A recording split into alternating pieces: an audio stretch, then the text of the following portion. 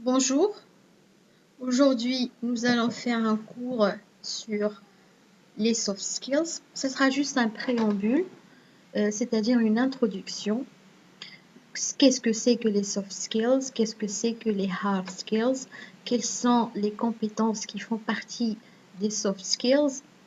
Il y a aussi des nuances à voir entre soft skills, traits de personnalité et état d'esprit.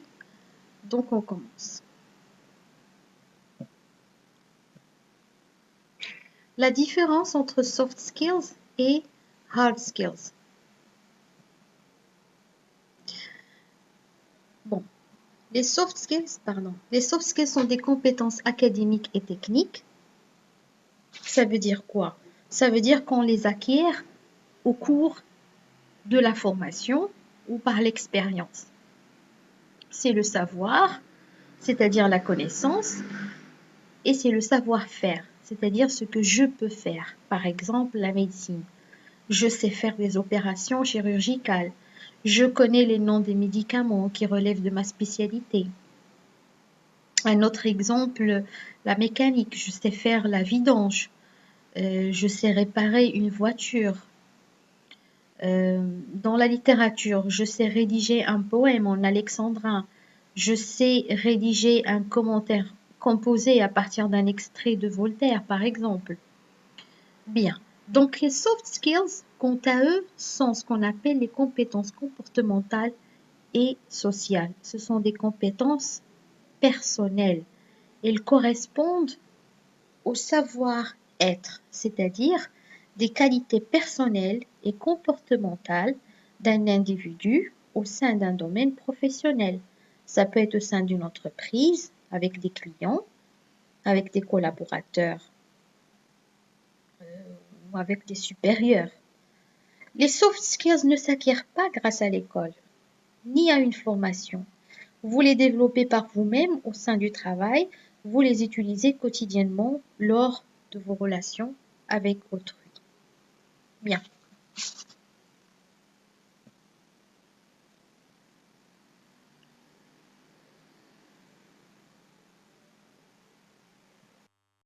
Toutefois, l'une des erreurs les plus courantes que l'on a tendance à faire, c'est de confondre les soft skills, la personnalité et l'état d'esprit. Ce n'est pas la même chose. Nous allons voir tout ça.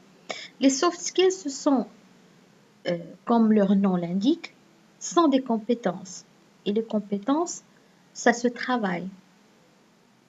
Elles ne sont pas innées, c'est-à-dire que vous n'êtes pas né avec ou maîtrisant les soft skills. En parallèle, les traits de personnalité sont par contre innés. Vous êtes né introverti, vous êtes né réservé, c'est-à-dire non ouvert sur les autres. Vous êtes né, par exemple, extraverti. Extraverti, c'est-à-dire ouvert sur les autres. Donc, c'est inné. Les traits de personnalité sont donc liés à l'identité de la personne et non pas à ce qu'elle peut faire. Bien. Des exemples de traits de personnalité, il y en a beaucoup. Par exemple, être ouvert d'esprit, être ambitieux, curieux, bienveillant, affable. Tout cela, ça peut évoluer, c'est-à-dire ça peut changer avec les années, mais ça reste lié à l'identité de la personne et ça reste inné. Donc les soft skills comme savoir communiquer, être éloquent, savoir travailler en équipe, diriger un projet, sont des compétences que n'importe quelle personne peut développer, même une personne réservée et introvertie. Clair? Donc elle ne deviendra pas pour autant extravertie, mais elle pourra développer ses compétences. Dernièrement, on a l'état d'esprit. Alors l'état d'esprit, c'est quoi?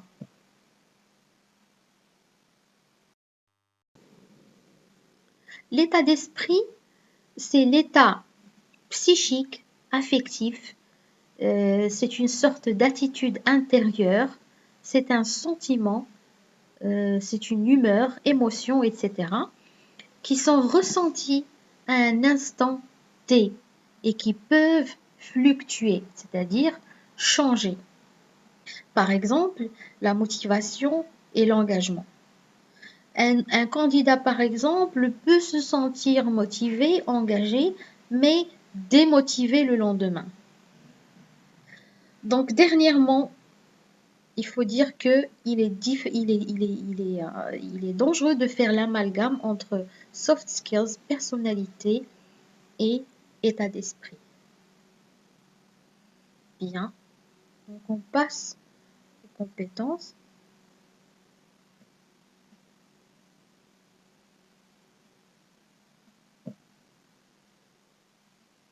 Les compétences qui relèvent des soft skills, on a la capacité décisionnelle, l'empathie, l'intelligence émotionnelle, l'assertivité, la gestion du stress, l'aptitude à résoudre des problèmes, le respect de la hiérarchie, l'esprit d'équipe, l'esprit d'entreprise ou encore le sens de responsabilité. Donc il y en a beaucoup. J'ai pris juste quelques-unes, quelques compétences que nous allons expliquer une par une.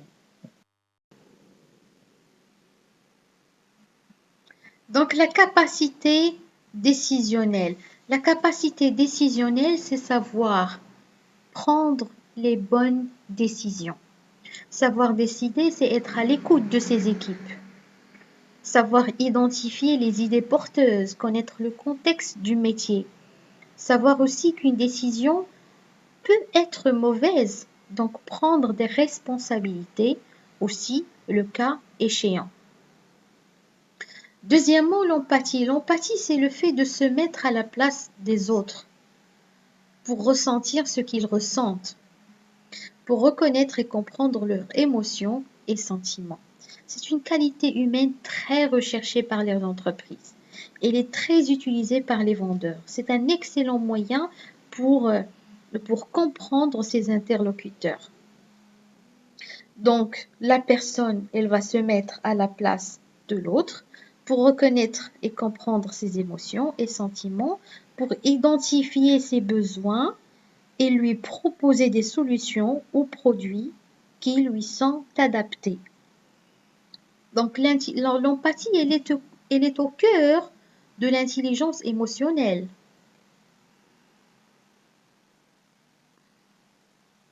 Alors l'intelligence émotionnelle, je vais vous faire une vidéo sur l'intelligence émotionnelle, mais à présent, on va se contenter d'une petite définition. L'intelligence émotionnelle, c'est faire preuve d'empathie, c'est-à-dire se mettre à la place des autres, reconnaître ses propres émotions et comprendre celles des autres.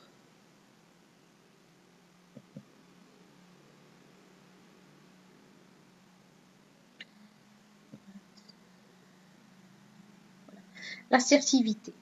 Alors l'assertivité, elle provient de l'anglais qui veut dire to assert, signifiant affirmer ou s'affirmer. Le concept original a été nommé assertiveness, qui en français donne affirmation de soi, synonyme de l'assertivité. Donc l'assertivité, c'est l'affirmation de soi. Autrement dit, savoir exprimer ses convictions, ses idées, ses émotions, tout en affichant un comportement respectueux auprès des autres. Ces autres peuvent être des supérieurs hiérarchiques ou des collaborateurs. On appelle cela un comportement assertif. C'est aussi n'être ni passif, ni agressif, ni manipulateur. Alors, qu'est-ce que c'est que passif, agressif et manipulateur? C'est ce que nous allons voir. Le passif ou le soumis, c'est quelqu'un qui est incapable d'exprimer ses pensées, ses émotions, ses opinions, ou qui réussit à s'exprimer, mais de façon indirecte, inappropriée, et au détriment de ses propres droits. Au détriment de ses propres droits, c'est-à-dire sans donner de l'importance à ses propres droits. il les piétine. La personne qui est soumise ou non affirmative, elle n'ose pas s'exprimer par peur de blesser les autres, par peur d'être rejetée, par peur d'être ridicule ou de déplaire, ou qu'elle peut être timide tout simplement. Voilà.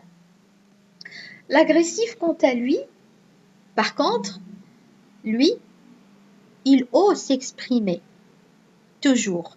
Mais toujours, je dis bien toujours, en blessant les autres. Il fait valoir ses droits, mais au détriment de ceux des autres. C'est-à-dire en piétinant les droits et les sentiments des autres, en leur accordant aucune importance. Dernièrement, on a le manipulateur. Le manipulateur, lui, il exprime ses droits, il les défend parfaitement, il satisfait tous ses besoins, mais de façon, comment, rusée, espiègle, malhonnête. Il peut tricher, il peut mentir, il peut voler. Donc lui aussi s'exprime, mais au détriment des sentiments et droits des autres. C'est très narcissique. Donc les trois sont malveillants, sont, je dirais, malveillants tout simplement, malsains ou malveillants. Donc être assertif. Il faut être assertif. Bien. Alors, on a une autre compétence, excusez-moi, la gestion du stress. Alors, qu'est-ce que c'est que la gestion du stress? C'est l'ensemble des méthodes et thérapies qui permettent à un individu de maintenir sa santé mentale et psychique. Alors, ça peut être la méditation, ça peut être la natation, l'hypnose, la réflexologie, tout ce qui peut vous aider à évacuer un épisode de stress ou un stress chronique. L'aptitude à résoudre des problèmes, c'est trouver des solutions chaque fois que vous êtes face à un défi, chaque fois que vous êtes face à un problème. Le respect de la hiérarchie, c'est accepter la hiérarchie d'abord, respecter les consignes données par les responsables, les supérieurs ou les dirigeants de l'entreprise.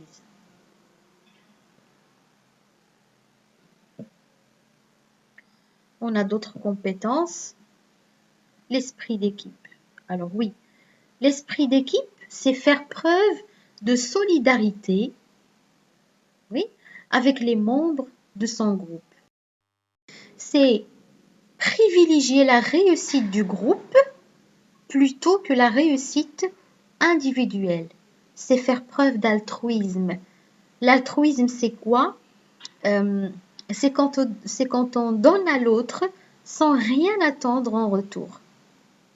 Donc être donneur, assister les autres, les aider. L'esprit d'entreprise, ou ce qu'on appelle en anglais entrepreneurship, c'est la capacité à se lancer dans l'entrepreneuriat. Alors qu'est-ce que c'est que l'entrepreneuriat? L'entrepreneuriat, c'est quand on démarre une activité dont on est soi-même l'initiateur. C'est moi qui initie. Entreprendre, c'est créer, développer une entreprise, donner vie à un projet. Dernièrement, on a le sens de responsabilité. Le sens de responsabilité, c'est le fait d'assumer la responsabilité de ce qu'on réalise comme travail. Donc, cela suppose un souci de la qualité de son travail et de ses paroles et de ses actions. Cela suppose aussi d'être capable de justifier par la suite ce que vous avez fait de mieux ou ce que vous n'avez pas réussi à faire convenablement ou correctement. Bien, sur ce, je vous dis merci d'avoir suivi cette leçon.